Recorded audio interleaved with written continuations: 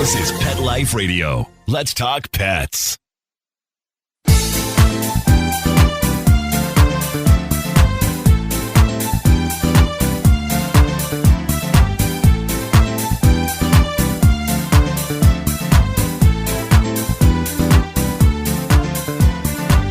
Hello, my cat-loving friend. Give them 10. Have you heard of this?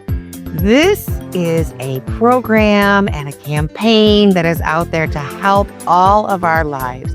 And today we have Deborah Cribbs with us, who is the founder and leader of the Give Them 10 movement. If you haven't heard about it, you're going to want to stay tuned because this is really exciting. We'll be right back after this word from our sponsor.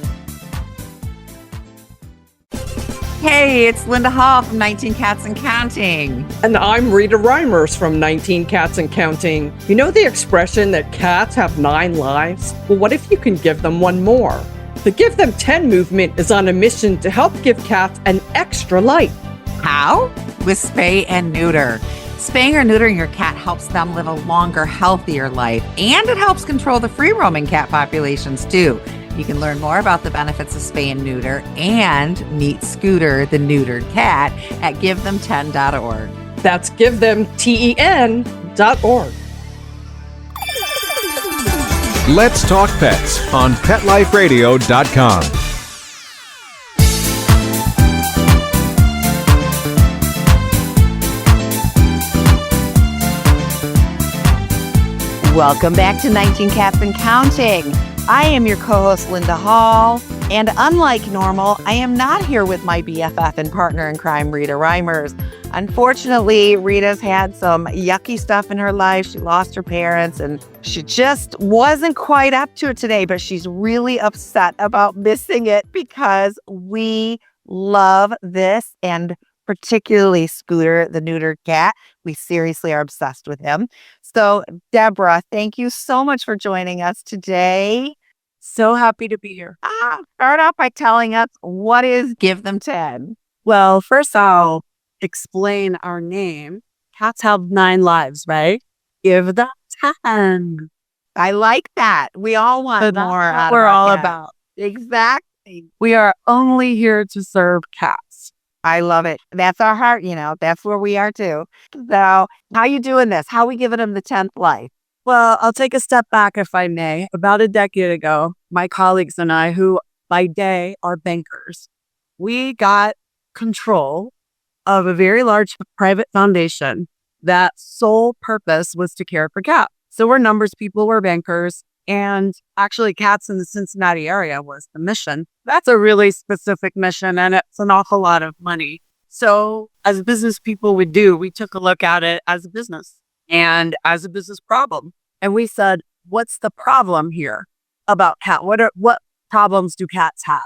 Well, cats are being killed in shelters at terrible rates in the United States. What are the rates they're being killed in the Cincinnati area? We looked into. Turns out the way that we measure this in the shelter business is called the live release rate. That means the percentage of cats that enter the shelter and leave alive one way or another. The live release rate in the Cincinnati area about a decade ago when we started doing this was somewhere in the 30-something percentile. Very low. And it was with what I like to call the yellow sticky method of data collection. So not really great data and very not at all transparent with the public. So we realized the problem is cats are being killed in shelters. How can we help with that? So there are basically 2 big ways to get cats out of shelters. One is to, foster and adopt. Obviously, a great thing to work on. But really what we were thinking of is the other holy grail, spay-neuter. Let's not get any cats into the shelter. Amen. There aren't enough to even go into shelters anymore. That really then becomes the spay-neuter issue. We decided to work on spay-neuter. So that's what we did. And now our live release rate in our area is somewhere on the high 90 percentile. So we're really proud. I can actually cry about that. When you said that 30-some percent, I was like trying to find a tissue on my desk because that's not much. And okay, so there is obviously, yes, the shelters, the overpopulation, definitely. And our shelters and rescues are strained to the max. They don't have the resources. they can't take in more cats. My goodness, if we could cut down who's coming in, then those who really need it could come in, right? There's so many Absolutely. other problems with these cats. They tore down a house near me that had been abandoned for a while. It wasn't abandoned. Guess who was living there? A feral colony. I've got cats all over the backyard. They're driving my cats crazy, causing my cats to spray. Health problems. There are so many problems, even beyond the shelters, which is huge, that you are helping with. This is gigantic. Trying. So how did you go about doing this? Well, again, we're business people. So we looked at it and said, it's a perpetual problem. This problem started in the United States when shelters started. And that happened way back in the last century. There are lots and lots of reasons why.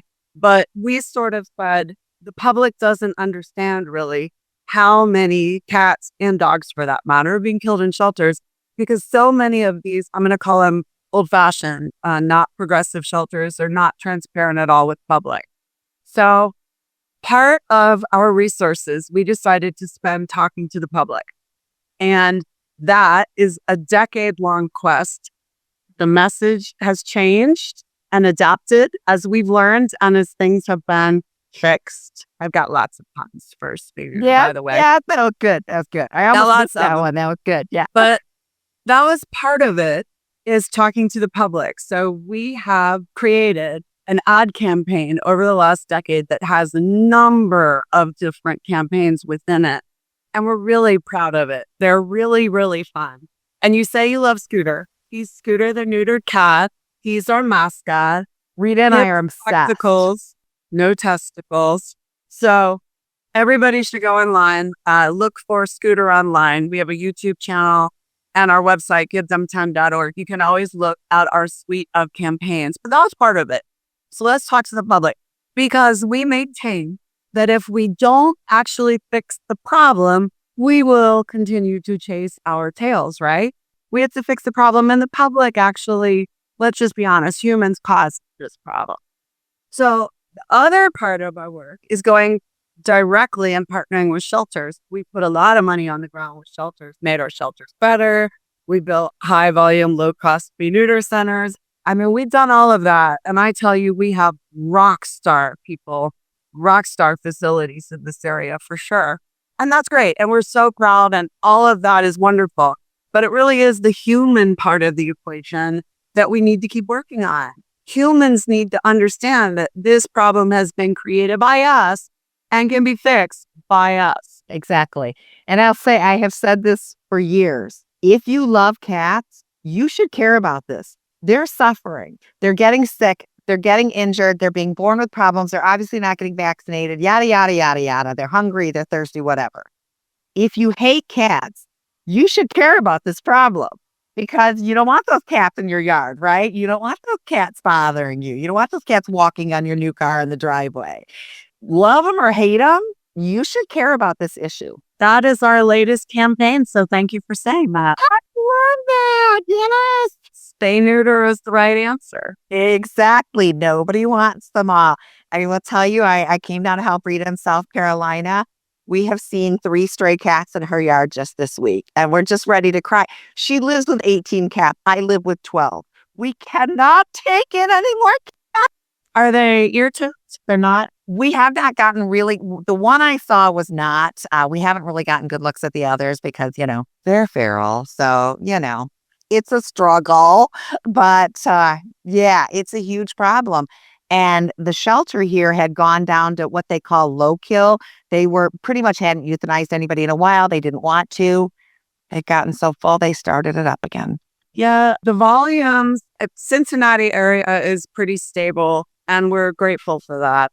Nationally, post-pandemic, for a host of reasons, the volumes in shelters have gone back up for cats and dogs. And that's really kind of devastating for those of us who have been working in the shelter business to see. It's really disheartening.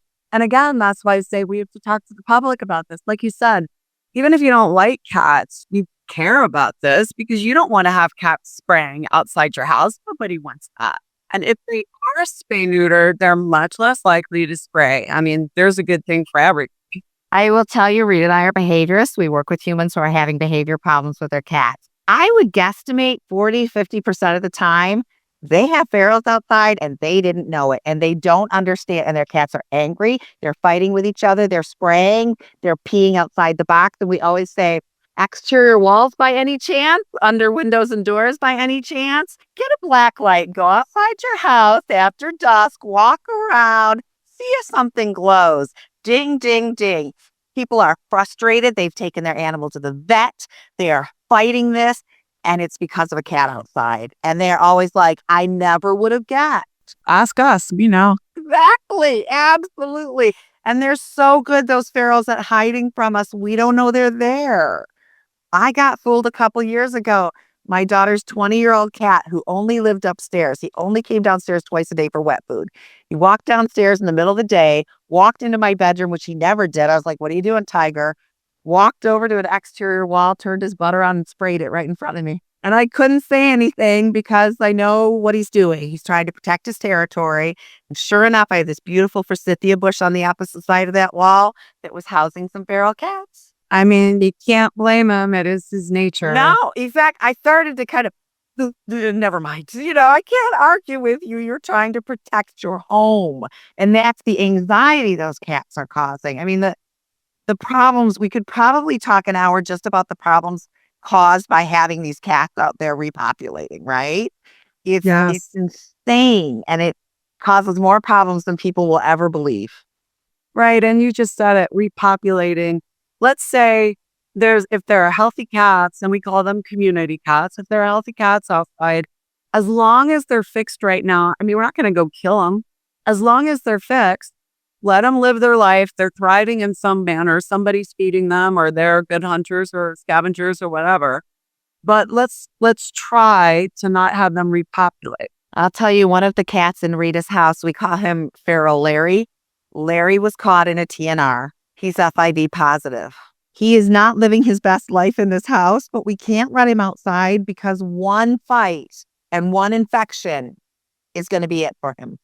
So it's been a year and we're starting to get Larry sightings, but I haven't seen him, and I've been in her house for a week and a half now. I have not even seen him. He's, this is not what's best for him, but this is what's happening. They're out there, they're fighting, they're getting injured, they're getting ill. We did what we had to do to save him. But it's just heartbreaking. So I know we need to stop for a commercial break, but when we come back, I want to talk to you about how we tackle this. So we will be right back after this word from our amazing sponsor. Pet Greens is proud to support 19 Cats and Counting on Pet Life Radio. Our small family farm produces live organic cat grass, catnip, and soft chew treats packed with green nutrition to help your pets truly thrive inside. We're partnering with pioneer cat behavior expert and best-selling author Pam Johnson-Bennett to help indoor cats live their best lives with indoor enrichment tips for their parents.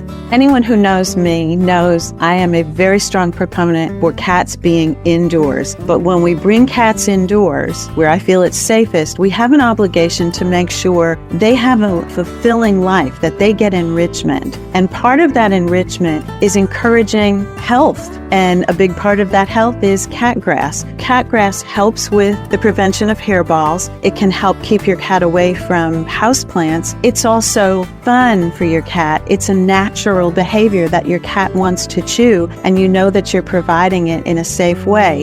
For more information on the benefits of cat grass and catnip for your cat's indoor enrichment, visit petgreens.com. Let's talk pets Let's talk pets on Pet Life Radio. Pet Life Radio. PetLifeRadio.com.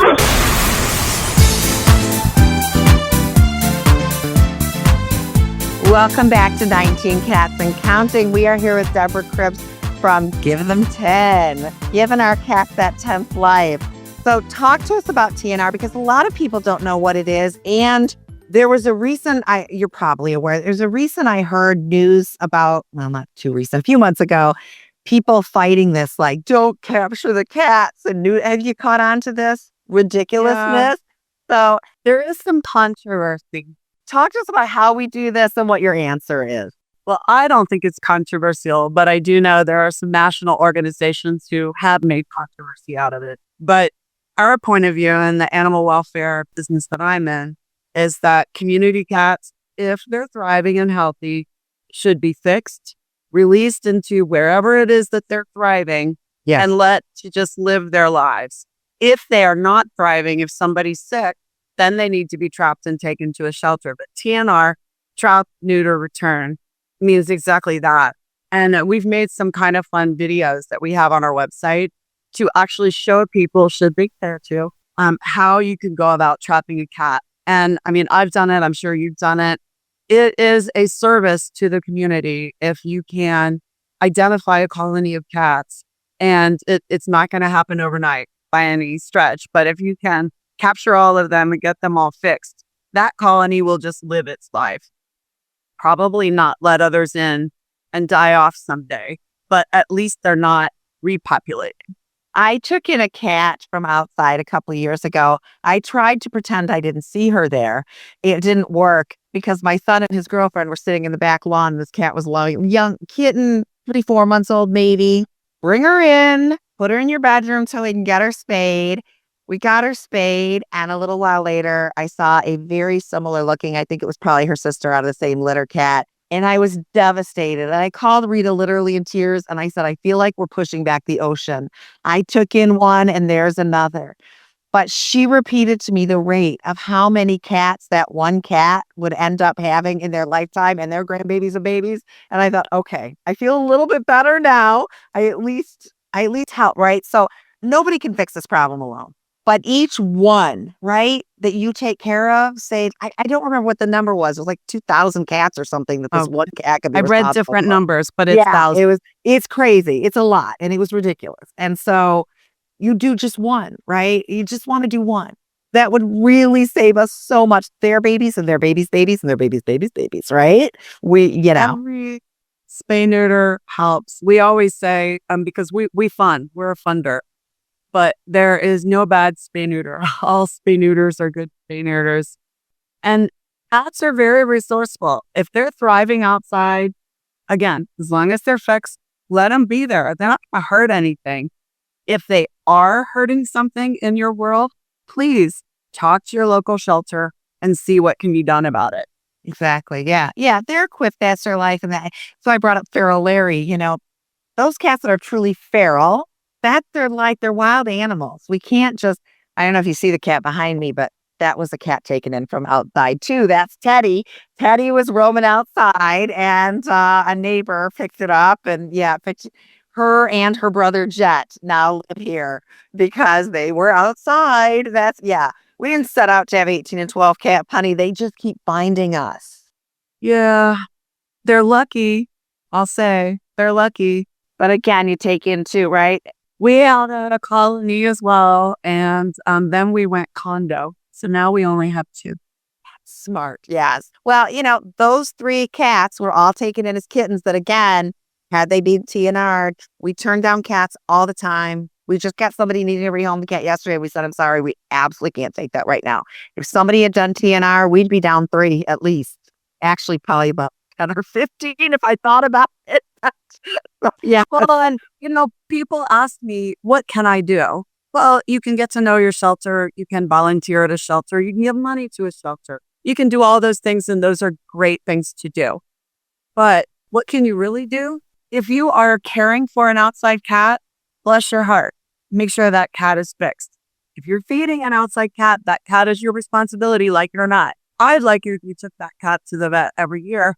But at the very least, if you're feeding that cat outside or a cat crosses your path and does not have an ear tip, please go get that cat fixed. There are so many resources to do it inexpensively in every city of the country. Yes. I will tell you, Defiant started something, and I'm so excited. The lady that is in charge of our shelter went before the city council. And what they're doing is all you have to do is call them and say, I'm at 123 Rover Road. Please drop off a trap. They set the trap. You call them when it's been sprung. They come pick the cat up. They spay or neuter it, and they release it back to your house. And they're doing it twice a year. Is that enough to solve the problem? No, but it is a huge help, right? Like, yeah, we had them in our house a couple of times. So yeah, it made it very easy on the community. You just say, yeah, here's where I need it. Set the trap out. They take care of it. I wish more communities would do that. I agree. Those are good programs, but there's probably some program in every area of the country. So just call, ask, check. We had a lady on the podcast actually in your area, just average lady living her life. She had some ferals outside. She just does a few a year because she said, I can't afford to spay and neuter all these cats, but every, so often she sets a trap and she takes care of that one cat. And that again is cutting down exponentially, right? It really is. Everyone help. I mean, you're right. Sometimes we feel like we're holding back the ocean. And the only way I can look at it is I'm going to try to help my little corner of the world. And I hope that our advertising message, our campaigns, which talk about stay neuter in a funny, funny way, I hope those are reaching much further than just my little part of the world. And actually now we have a new program, and I'd love to tell your viewers about it. Yes, please.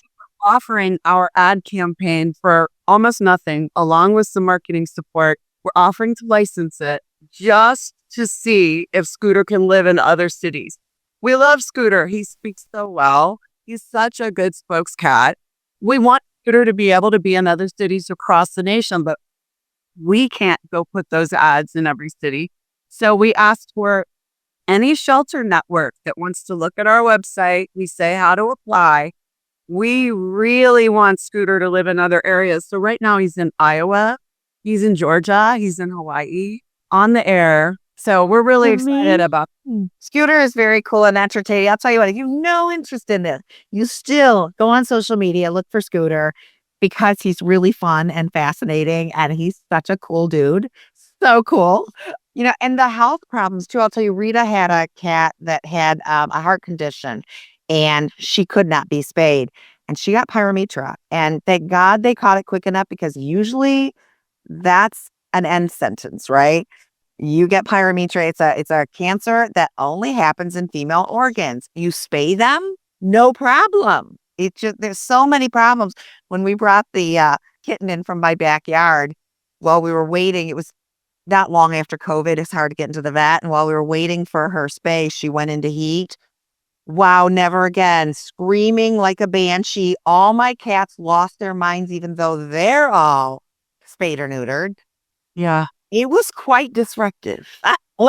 Nobody wants to hear that. No, it was heartbreaking and awful. And my poor son, she was in his room and she's like, I'm sleeping on a couch. I can't listen to this screaming. Why would anyone want their cat to go through that? I don't know. I think there's a theory, and I respect this, that we shouldn't interfere with their nature. Okay. If they are living wild, someplace completely wild in a forest, if there are forest cats, by all means, they are wild. Nature will take care of all of their needs, including probably, I'm quite certain, they won't live as long as they do when they're inside under our care. Yes. But to me, there's just not a quasi.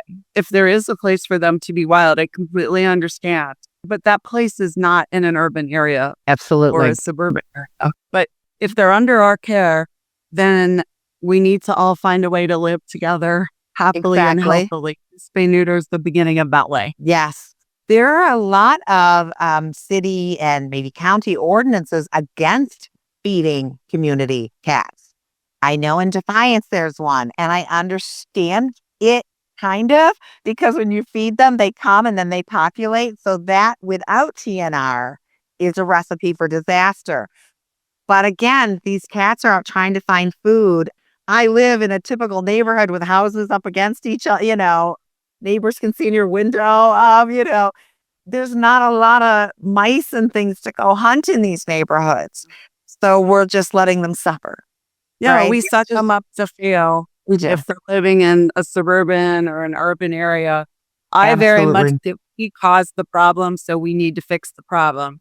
Absolutely. And and cats became domesticated, which I laugh at that word because it doesn't exist. It was all about them finding communities where these people were eating together. They controlled the rodent population. The people were like, cool, I like you. You can hang, right? They were out, we're talking, outside rodents. This is not what's going on in our neighborhood. No, we changed the game. Yeah, we took away their habitat, and then we complained because they were scratching our new car when they walk across it. Right. No, I feel it. That's why I feel like it's our responsibility to take care of it. And I think people think that they're being really kind by feeding cats outside. I'm not saying anybody shouldn't take care of a cat. I'm saying if you're feeding them, make sure they're fixed. If you're feeding a cat, you're probably helping make them healthier. A healthier female is going to have more babies. I mean, it really does perpetuate the problem. In no way am I saying don't feed them, but if you are going to feed them, you have to take that next step as well, please. Yeah. Otherwise, you're just adding to the problem, right? Because they're out there relying on you, and then their other cats are coming to feed off that plate, and then they're, populating. And fortunately, in Ohio, we don't get a lot of that population in the winter. We have our breeding season, but places like South Carolina, where I'm sitting right now, it's pretty much year round. And I can't even begin to guesstimate the amount of cats that are being born every year, adding to this for everyone. I mean, millions. And the rate that cats are still killed in the United States in shelters, it went down. And then after post-pandemic, unfortunately, we've lost some ground. But volumes are still high. So I really wish everybody would just take this little bit of responsibility, and I think the world would be a better place. You are absolutely correct. And even if your community doesn't have a program like Defiance is Adopted, there's somebody out there that's doing it. You don't know them. They're in a brick and mortar building. They're these neighbors that got together and decided to tackle this, right? Put your feelers out. Social media is a huge thing. Post on social media, I'm having a problem. Anybody know somebody? Somebody does. And I think every community has a community Facebook page, right? And every community has some kind-hearted people who are trapping cats. Absolutely. Yeah. And they're probably on social media. So absolutely. Yes. 100%. Go to that community page. So, and I'll tell you, I had one I was trying to trap. I reached out to my local shelter and said, I can't afford really to buy a have a heart trap right now. They let me take one home, which I told them you should really have some people put a deposit down or something. But they let me take it home and keep it for a couple of weeks while I trapped that baby. I think any shelter will do that. I mean, they really do want to help. If you'll help them, they'll help you. Yeah, they don't want the cat in their care, right? So they're like, yeah, have it, take it. I'm like, deposit, rental fee? They're like, no, just go. Go with God. Go fix this, please. All for it. So what can people do? They're out there listening, all the ways that people can help. Maybe this will work for them. Maybe that'll work for them, right? If you're interested in cats, get to know your shelter. They may need people to come in and pet cats for a couple of hours a day. They may need people to help clean out cat rooms in adoption centers. I mean, just get to know your local shelter. Towels and blankets are always of use to a shelter. And I say, check out our website, check out our ad campaigns just because they're fun, and help us spread that message. All spay neuters, good spay neuter. Exactly, yes. And go show them some love on social media, like them, follow them, all that good stuff. That feeds the algorithm and gets you out more. So just that one simple thing, a little comment, a little heart on you, that feeds that and gets you out more and helps you to do more good. Think people underestimate the power of their follows and comments and likes in social media. It's all about social media now. And Scooter is on TikTok. He's very popular on TikTok. He's got an Insta page. I mean, you can find Scooter if you'd like to. And I think he can teach us all something. Yes, he can. And he's such a cool dude. We see people get all ruffled. I don't want to neuter my cat. It's usually the men. I'm sorry, guys out there, but it's like, I want to take away his masculinity. Take a look at Scooter and tell me that is not a large and in charge masculine dude, right? Indeed, he is. You don't need the hangy bits to be cool, right? Yep. No low-hanging fruit there. That's right. I have a t-shirt that says neuter is cuter and it's a cat butt. I love that shirt so much. That's a good one. Shirt. Neuter is cute. Yeah, everybody wants to see that. It's more aesthetically pleasing too, right? And we could check you out on giveem10.org in addition to the socials. And I'm assuming, that you're going to keep us up to date on socials and on your site about upcoming campaigns, any ways we can help. Absolutely. And how to trap if you'd like to learn. It's not difficult. I was very surprised. It's not difficult at all. Just takes a little patience. I kind of missed that line when God was handing out gifts. Patience is not my greatest virtue. I had a very difficult time with that when I was waiting to trap. Like, what are you doing? Yes. And look at all the cool people out there. And if you're familiar with Sterling Davis, the Trap King. Now, if you can't tell me he is not cool, and he's out, that is like his full-time job, right? He is one cool masculine man, and he's out there. Yes. He always says you don't lose cool points for compassion. And I love that phrase. So give us your last thoughts, Deborah. Anything we missed, what we should do, where do we go from here? Go say hi to Scooter and he'll say hi back, and do everything you can in your communities to help the cats you see outside. Absolutely. Thank you so much for joining us today, Deborah. We really appreciate it. We appreciate everything that you are doing. I mean, look, there you are, a banker who's decided to tackle this problem. We love that, right? It's we're not powerless, and we don't have to wait for someone in that milieu to go out and tackle it, right? We've all got power to do something. We can all help, and thanks for having me. Thank you for coming. Anytime. The door is open, okay? Great. I'll be back. Yeah, we hope so. Yeah, especially if you get a new campaign or something. And everybody, I'm telling you, go out, find Scooter right now. The joy he brings, the smiles he puts on my face, he is so cool. You gotta go check him out. Then show the pages some love, follow him, love on him. You won't regret it. Thanks so much, Deborah. Thank you. We also want to thank our beloved Mark Winter, our producer who makes us look good and, keeps us on track. He is amazing. Thank everyone who listens. We really appreciate you. And I'm going to take Rita's line from her since she's not here to give it. Remember, every day is Catter Day. We'll see you soon. Let's Talk Pets, every week on demand, only on PetLifeRadio.com.